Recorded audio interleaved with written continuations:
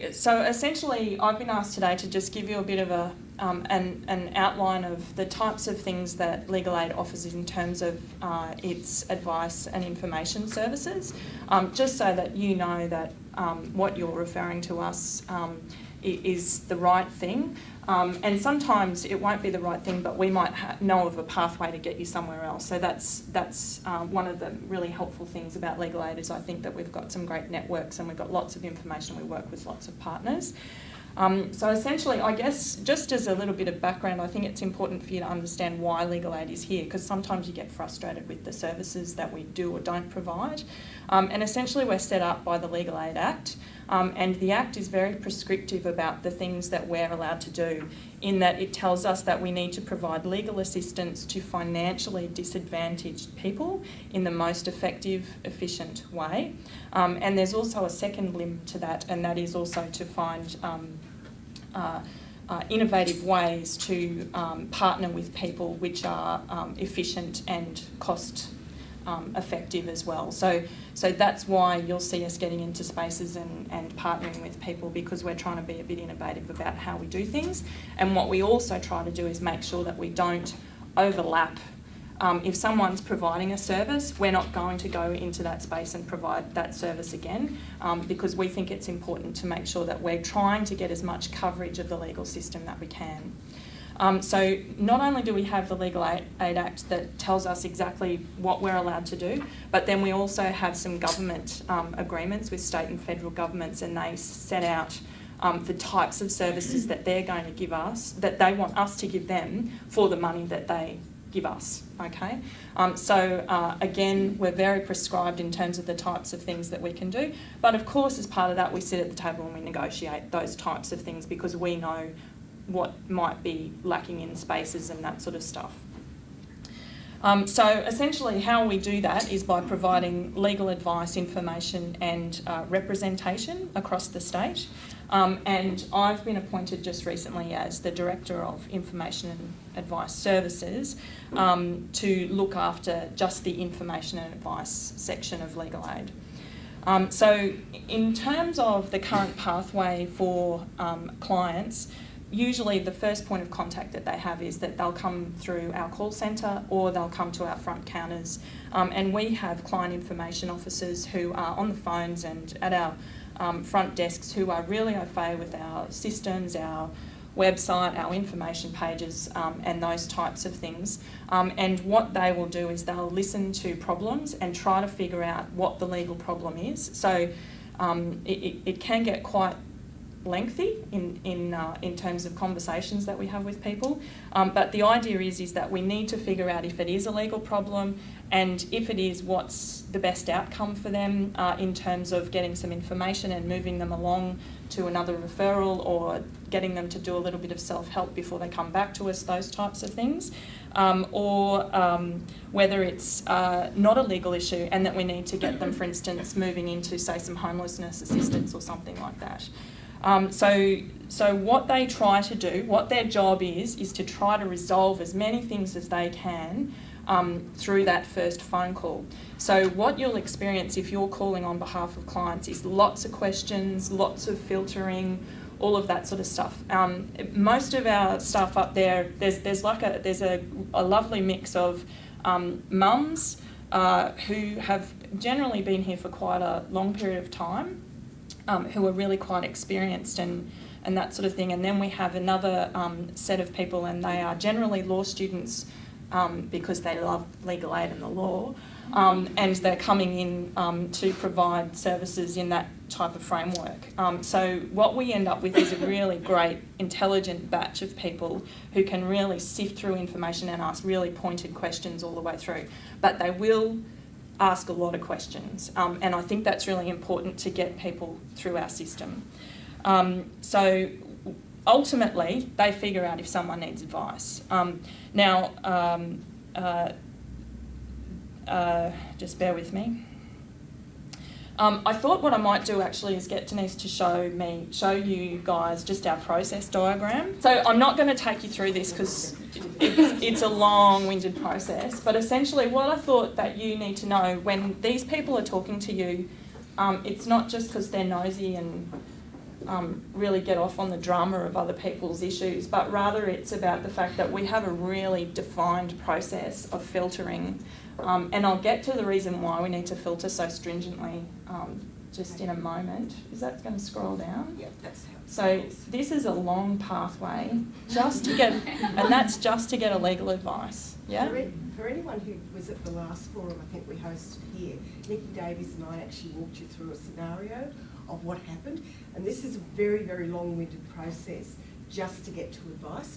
Hopefully by the time you get to advice, the client's then talking to the right person. We've actually made sure that it's something that we'll do, and we've made sure that we've got you at the specialist if we've got a specialist, or we've done the right referral so that you know where you're going. How long-winded? It's long-winded. Yeah, our average call time is currently sitting at just over 5 minutes. 5, that's okay. Yeah. So long-winded in terms of call centres where we're doing 90. But that you're saying you expected about 20 minutes, yeah? And that's all about training, and it's all about them knowing exactly the types of questions to ask, and they're really good at it.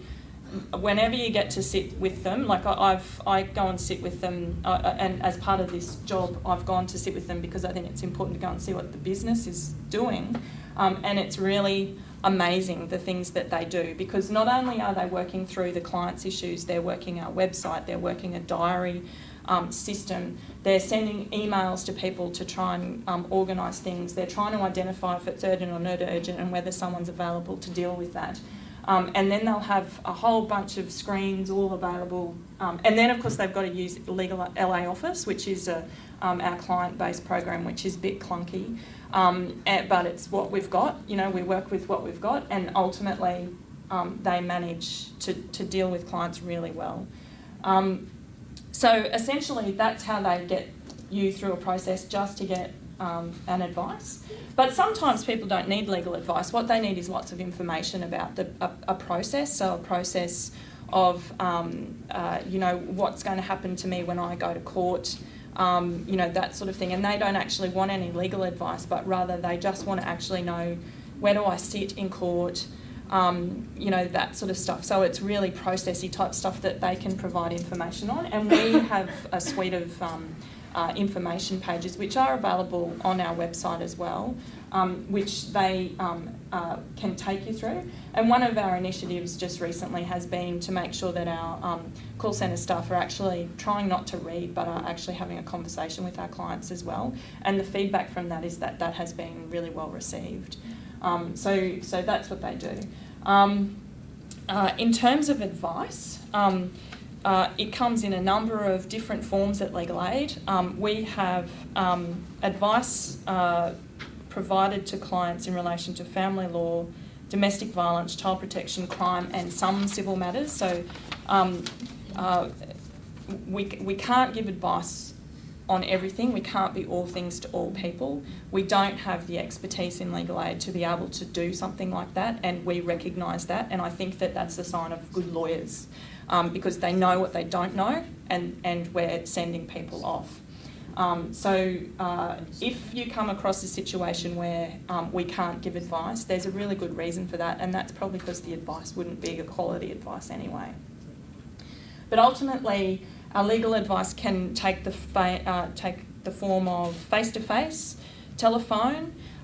Sometimes as part of that advice we can do things like minor assistance, and what we call minor assistance, or I think Mary, what's the new term? The federal government are calling it task assistance, task-based assistance or something like that. So you might hear some new words around that sort of stuff. So minor assistance for us is things like a mum might come in and it's an urgent advice, she's had her kids abducted. The first thing that we need to do in terms of the steps is make sure that we're exhausting our avenues of making demands for the return of the kids, and we can send a letter straight away. So that's called a minor assistance, yeah? So it's those types of things that we do, those little discrete actions which can just help to move things along, for instance, while we're helping her apply for legal aid, to get family law, to get the recovery going, but of course you want the evidence of that letter in any application that you make. So that's the type of thing that we're trying to achieve there. We also have our court-based advice services, which are our criminal law duty lawyer services. We provide lawyers in over 100 magistrates' courts and children's courts across Queensland. And what you'll see in terms of one of the changes that I've made recently is to actually start to push clients out to duty lawyers.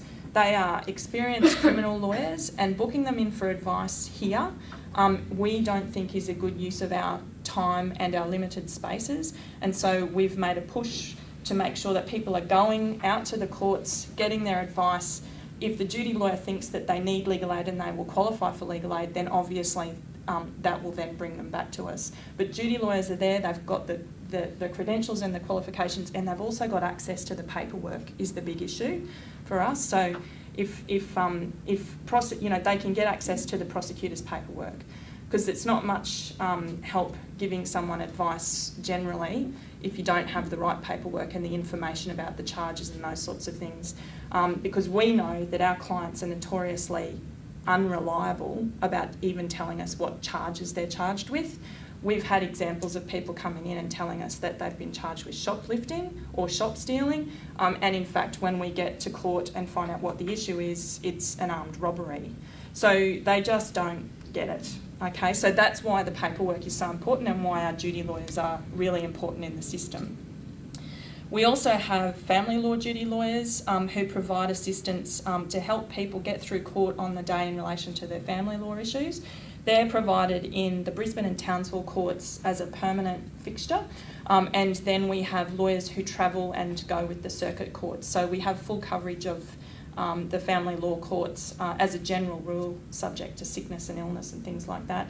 But they're generally there and available to provide assistance to help clients get through the day. Okay, so they're not going to be able to solve their whole family law problem, and they're not going to be drafting big complex property law orders or anything like that, but rather they're going to help them get through talking to a magistrate. You say, Your Honour, now, tell him what you want. Let's write down those things because you're a bit stressed.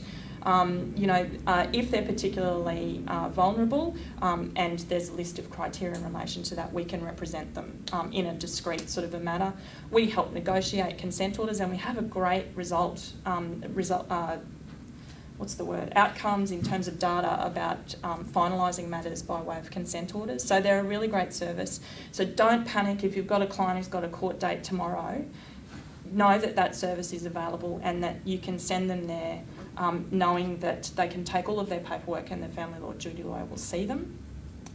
And again, the paperwork is really key. So if you can gather that stuff, it always makes lives much easier, and it makes advice more. It makes for a more quality advice, essentially.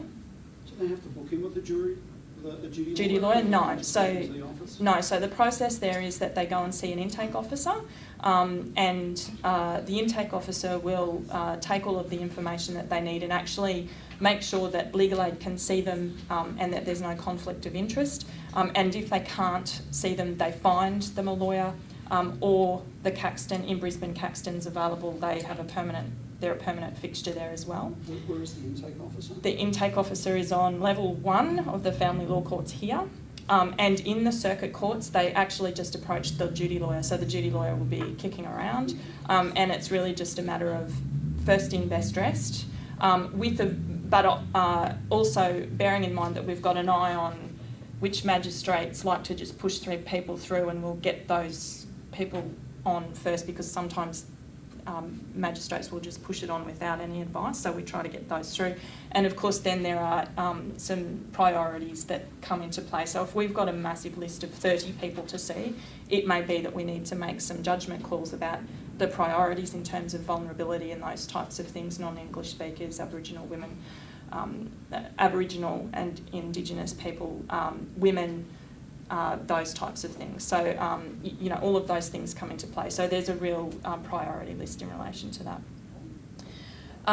We also have our regional officers doing their clinics. So they run clinics as well, and our call centre can actually book clients into those. So even though your client might be in Brisbane but they're going up to Cairns, we can arrange those types of things through our call centre. And they also do some remote clinics as well. So our Cairns office runs some clinics that go into Indigenous communities and those types of things from time to time. So they're also available. We refer to CLCs and other agencies who provide legal advice, and we do that regularly, and we rely heavily on those referrals. You know, we are part of a system, and we're not going to take the lion's share of the work just because we feel like it. We're going to make referrals where we think that it's going to be best for the client. So if the client lives, say for instance, in Atherton, then it might be that we're going to be able to find a CLC or something like that there, yeah? We also, for non-English speaking clients and also deaf clients, we also use interpreters, and we make arrangements through TIS to use that, so that's not an issue. But of course, if you can, when you're making bookings and those sorts of things, make sure that you let us know about that so we can make the bookings in advance. So all of those services that I've just talked about, they're all free, okay? Sometimes a client needs to go beyond that and they need representation, and that's when they need to fill out that awesome legal aid application that takes forever to fill out. But you know, try your best, do your best to fill it out. You know, lawyers can, if you're booked in for legal advice and you know that it's sort of going to go beyond an advice, well, come with your legal aid application prepared. Our lawyers can help you in terms of outline the legal problem, because I think that's where most people come a cropper in terms of filling out the form. Family law won't suffice, okay? The devil's in the detail. We have merit tests and means tests, and then we also have guidelines that clients have to fit into. So it's really important that you get those legal aid applications, give them a red hot crack, and our lawyers can also help you with that really sort of that difficult free text field, I guess. Yeah, Jason? Jason's one of our fact lawyers in our Brisbane office. And you know, that's the type of thing that we do help assist with, okay? But if you can fill out those parts of the legal aid application, like the name and date of birth and all of that sort of stuff, it really makes for a better legal advice, because they're only 30-minute slots, okay? So you've really got to make sure that your clients are well prepared for legal advice. If you can, sort of train them to not sort of go up on tangents and those types of things. I know that's difficult, but ultimately, if you can say to them that, you know, there's some facts that a lawyer needs to get through, they need to get to your legal problem, they're going to be really direct about those things, and they're only going to talk about that, then that obviously helps them in terms of getting that real quality legal advice that we want to provide. So, we've got some challenges at the moment, and I've been appointed because the organisation realises that this is a really important entry point for clients. And one of the issues is that data's telling us that supply and demand is a real issue.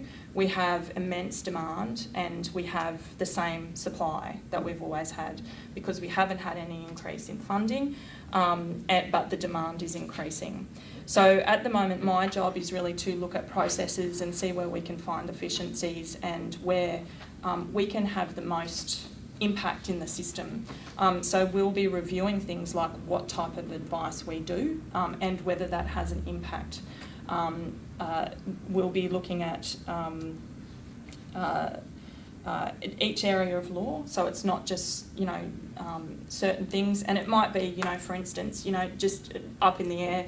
If we know that someone needs a DNA test, do we really need to put them in for a legal advice, or could we get them on the path to applying for legal aid at that point, because we know that they need to get a lawyer? So, you know, what will it value add in the system? And they're all the questions that we're asking ourselves in terms of when we do an advice, what does that mean and how do we add value? What we do know though is that it's really difficult to get through to our call centre, and you've probably all experienced that. Sometimes you'll even get an engaged signal, and that's because we have immense demand, we have limitations on our technology, and then once you actually get past that engaged signal, you then get into a queue. The queues are really long, and the data tells us that there's some really unacceptable wait times that happen, particularly in the morning. So we'll be talking about some tips in terms of what how to get the best out of our call centre experience at the end of this, just in terms of timing, really. But, you know, be prepared for a 20-minute wait, a 40-minute wait, a 70-minute wait. There are time warnings on our system, so you can drop out at any time. And what we know is that since we've put those time warnings on, that we're getting high abandonment rates. So 58% of people are 58% are being answered. So the rest are choosing, because of the wait times, to disconnect the call. We also know it's really hard to get a legal aid advice booking, and that's because we've got a similar number of lawyers. They provide 30-minute advices. They work through their lists every day. If we have issues in terms of illness or sickness or those types of things which come up, that can really play havoc with our rostering system and our bookings and all of that sort of stuff. But ultimately, we've only got a small number of lawyers and we need to provide a massive number of advices. So we're never going to, and we know this, we know we're never going to meet the demand at the moment. So at the moment, what has to happen is that if you really desperately need an advice, you need to call back the next day when we open up the next day's slots. And everyone's told to ring back at 8:30, and then of course no one can get through. The slots are all booked out by 9 or 10 o'clock, and then of course the merry-go-round continues. So we know that that's happening, and we are looking at ways to fix that in terms of telephony and those types of things. Resourcing though is very limited, and we're not quite sure that we're ever going to be able to expand. It's just something that we're just going to have to be smarter about, essentially. And I think everyone understands resourcing issues, yeah. The other issue that we have is lots of bookings go wasted because clients aren't there. It's great. So they go through the effort, they get on the ring road, they call back, they get through, they talk to Ingrid, she puts them in for an appointment, and then we ring them, Jason rings them, and like we had the other day, record number, 11 people in a row weren't there. So making sure that... Don't forget they get the SMS. That's right. As well. Yeah, that's right. And that's one of the great things that we've done in terms of some changes which I'll talk to you about. So, 5 minutes, pardon? 5 minutes? Okay, good. That's good timing. All right. So essentially, the data's telling us that we get about 260,000 calls a year. And they're the ones that get into the queue, yeah? So there's all the ones that don't get into the queue, we can't even measure them. And 58% of those are answered. And the rest, yeah, they don't get into the queue, sorry. Nervous, Sorry. All right. So the reason for this is that there is increasing demand in the system, and you guys would all know about that. There are more legal problems, more clusters of legal problems, so people need more than 30 minutes. There's increased police activity, particularly in the Gold Coast, so people need more advice about those more serious offences. There's an increase in population growth. It's just remarkable, the population growth in Queensland. And then, of course, there's the removal and defunding and decreased funding of other services in the system, so we get that, yeah? But having said all of that, it's not all doom and gloom. You know, we do good work. Year to date, so financial year to date, we've done 34,000 advices. That's 30 minutes, you know, a throw. And that's just our information and advice division. That's not the rest of the organisation. So our lawyers, obviously, our other divisions also do legal advices. We've answered over 260,000 calls. We've got a raft of beautiful brochures that our communications people have developed over time, and you would have your order forms in relation to that so that you can order those. Please use them. They're really great. You know, our fact lawyers still use them. They give them to clients. They go work through them. They are step-by-step, really easy guides where we can provide guides, and fact sheets where a bit of information is what people need, you know, say for instance about mediations or something like that. We have a website that provides lots of legal information, and it's being redeveloped at the moment, so the face of that is going to look really different and really I'm promised very cool and groovy and funky.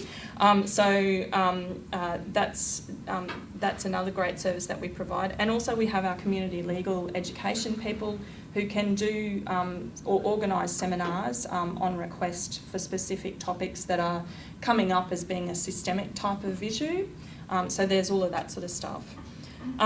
Just in terms of the changes that we've made in the call centre, in fact, recently, we've created that division of our own, and what that means is that the division now has a seat at the executive management table, which is really important in terms of advocating for what we need. We've also implemented a call centre lawyer, so we've placed one of our fact lawyers into the call centre, and what they do is they help our client information officers to filter even further clients who come in with those really odd questions where we just need to ask a few more questions that the CIOs probably wouldn't know to ask. And look, there's weird and wacky things that Jason gets all of the time. They also provide urgent advice. So where there's something really super urgent which fits our guidelines of urgent, our clients all think that everything of theirs is urgent, but we've got some guidelines in terms of what's urgent, and we know from experience and gut feel what urgent is. So we will take those calls. We will also deal with clients who we think we could give a little advice, like a 10-minute advice, and that will just dispose of the issue. And what that means is we're saving a 30-minute slot for someone who needs it, okay? So it's really kind of greased the wheels in the call centre in terms of getting clients where they need to be as well. We've changed our advice booking diaries and things like that so that we've got some greater reliability. We were having double bookings and deleted bookings and all sorts of things happening. So we've created a system where we can actually get some data out of it. And one of our show and tell type things is that we now also send an email confirmation when we make a booking with a client. So as part of that diary system, this is the type of thing that our clients now get, is an email saying what to expect, what's the purpose of their advice, you know, that sort of thing. And they also get an SMS a few hours before the advice to remind them that it's happening. Because one of the issues we have is we call from private numbers because we can't call from a normal number because they all call us back.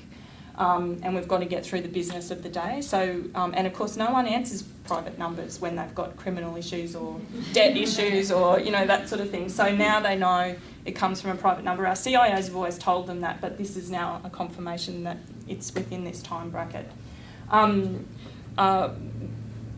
Whilst we've done that, we've had limited cancellations in terms of a response, and we're still getting the people not being available. So I guess what I would say to you is impress upon your clients, if they've got a booking, make sure they're available, because it may be that they can't get another one for quite a while.